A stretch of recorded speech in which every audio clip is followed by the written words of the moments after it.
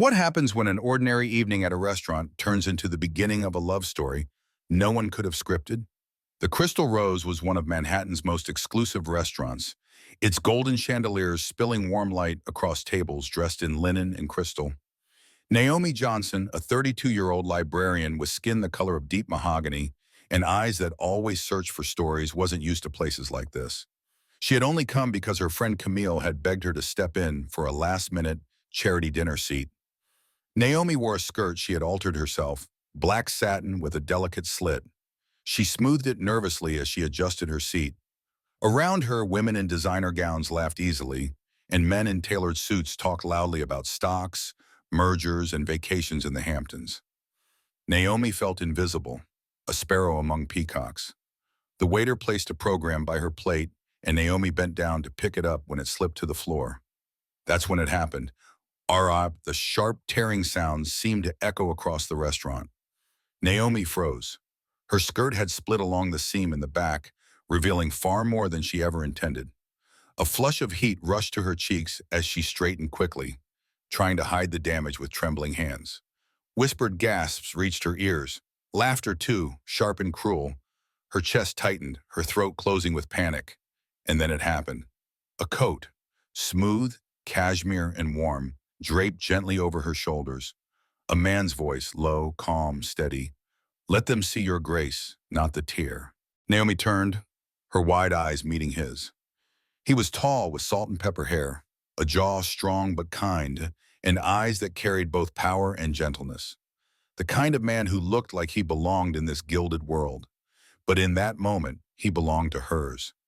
He placed a reassuring hand at the small of her back and guided her toward a quieter corner of the restaurant, away from the stares and whispers.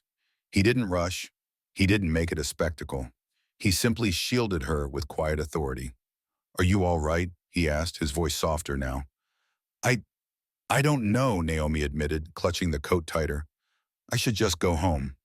"Nonsense," he smiled faintly. "Everyone has embarrassing moments. But not everyone has the grace you do." She swallowed, her embarrassment battling with curiosity. "Why are you helping me?" "Because you look like you needed someone to remind you that a tear in fabric doesn't mean a tear in dignity." He extended his hand. "Declan Marlowe." Naomi hesitated, then shook it. "Naomi Johnson." And in that moment, with the echoes of laughter fading into the background, she felt something shift. The night that had begun in humiliation had turned into an encounter she would never forget. Naomi clutched the cashmere like a lifeline as Declan steered her to a narrow service quarter.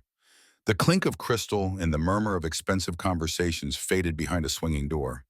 In the fluorescent hush, he loosened his tie, shrugged out of his suit jacket, and lifted his wrist to his mouth. "Alex," he said into a tiny lapel mic Naomi hadn't noticed. "I need a sewing kit in a long wrap from the boutique. Something black. Silk if they have it. 5 minutes." Naomi blinked. "Do you run this place?"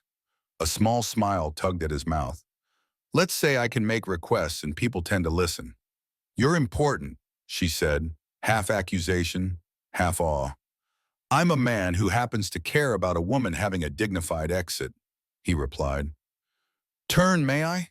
He held the coat like a curtain while she pivoted. The seam was a clean split, not sabotage, just stress on old satin. When the kit arrived, Declan knelt on the tile as if the floor were marble, hands steady, voice steady, anchoring her with casual conversation. "Favorite author?" he asked, threading a needle. She huffed a laugh. "Toni Morrison, then Zora Neale Hurston. You?" "Baldwin when I want truth, Le Guin when I want wonder." He looked up. "Breathe for me." She did. He pinched the torn edges together with a precision that surprised her, setting a quick ladder stitch that disappeared into the satin. Not perfect, she'd fix it properly at home, but enough to walk with her head high. When he finished, he rose in one fluid motion and draped a long silk wrap around her hips, double knotting it into a sculptural bow. "Temporary couture," he said. "You're safe." Naomi touched the knot, then his sleeve. "Why are you so good at this?" "My grandmother taught me to mend," he said simply. "And a boardroom teaches you the rest. Fix what's breaking." quietly. They slipped out through a side entrance into a night rinsed clean by rain. Cabs hissed along the curb. Declan held the door of a town car and then paused. I can have my driver take you home, or we could go somewhere small, where nobody cares about seams. Small, she said, surprising herself. But I'm paying. He opened the door with theater. Then I'll tip outrageously. Deal? They ended up at a Dominican spot in Washington Heights where the plantains came on chipped plates and nobody glanced twice at them. Naomi loosened her shoulders as collard steam rose and laughter bounced off tile. They talked in pieces, childhoods, the sacredness of libraries, the way grief makes you rearrange your life like furniture. He didn't parade wealth. He didn't pretend he didn't have it. He listened, really listened. Near midnight, he walked her up the steps of her brownstone walk-up. Streetlights turned the air copper. I owe you a real introduction, he said, hands in pockets. Declan Marlowe. I own a handful of things, including the crystal rose. She blinked. You're that Marlowe. I am, but I'm also the man who will text you badly formatted book recommendations at 2 a.m. if you let me. A beat. May I call you tomorrow? Naomi thought of the rip, the bow he'd tied, the way he'd knelt without flinching from tile. You may, she said, and the smile that rose in her cheeks felt like a door opening. The internet did what the internet does. A blurry photo made its way to a gossip blog. Black woman, silk wrap, man with a jawline you could shelve books on. Caption, mystery date with Manhattan's most private billionaire? Comments bloomed, some kind, some not. Naomi muted every tab and went to work. She shelved returns, hosted story hour, stitched in the quiet between patrons. When her phone rang, it was not a reporter. It was the host from the little radio show that featured neighborhood doers. We saw the piece you wrote about mending as metaphor, the producer said. Come talk about it. Declan texted a single line afterward. Proud of you. Also, Baldwin plus plantains tonight? They learned each other like cities. He showed her the hidden rooms inside museums. She taught him the names of the librarians who could find anything. He introduced her to his foundation team. She introduced him to Jasmine, a teen who sat in the back and drew dresses in the margins of novels. He started carrying a tote bag. She stopped apologizing for ordering the cheapest thing on the menu. The world tried to make it a spectacle. They kept choosing smallness on purpose. Then came the test. At a luncheon for a literacy grant, a woman in a gold sheath drifted toward their table, perfumed like a headline. Declan, she purred, eyes sliding to Naomi. You've traded up since your usual ghost models. Naomi felt the old heat rise, the old instinct to shrink. Declan didn't give the moment oxygen.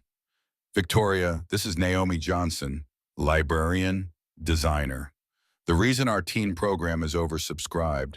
Naomi, this is a lesson in ignoring commentary. The room held its breath. Naomi set down her fork. Hi, Victoria, she said, voice even. If you'd like to donate to the program, we can put your name on a sewing machine. Otherwise, your comment is filed under fiction. Silence, then a ripple of reluctant, delighted laughter. Victoria blinked, recalibrated, floated away. Declan squeezed Naomi's knee under the table. That, he whispered, was art. Afterward, in a corridor hung with black and white photos of ribbon cuttings, he caught both of her hands. I can't promise calm seas, he said. I can promise a steady hand on the wheel, with you, if you'll have me. Steady hands, she said, looking at the tiny scar a needle had left on his thumb. I've seen them. He reached into his pocket and produced a small box the color of midnight. Inside, an emerald cabochon set in brushed gold, warm as skin. Not loud, certain. Green for the beginning, he said. And because when you walked into that little radio booth in your green skirt, you looked like the answer to a question I didn't know I was asking. Naomi laughed through a breath that wasn't quite a sum. Are you? I am, he said, heart in his mouth and no boardroom armor. Let's build a life where tears happen and we mend them together. Naomi Johnson, will you? Yes, she said, before the sentence could finish, because some choices are a reflex. The corridor light caught the stone. It glowed like a leaf-holding sun. Outside, the city kept being the city. Sirens, pigeons, somebody arguing about rent. Inside, they made a pact as ordinary and as radical as two people deciding to be kind every day. Weeks later, when they returned to the Crystal Rose for the first time since the rip, the maitre d' didn't announce them and no cameras flashed. Naomi wore a dress she'd drafted from scratch, seams double reinforced, skirt that swayed when she laughed. At the host stand, an elderly woman in pearls paused, eyes soft. "That bow," she murmured, pointing at the memory knotted at Naomi's hip. "I remember." Naomi smiled. "So do I." Declan offered his arm. "Ready?" Naomi looked at the room that had once swallowed her whole and felt only a widening of space, of breath, of future. "Let them see our graves," she said, and they stepped forward together, not spotless, not untorn, but beautifully, deliberately mended.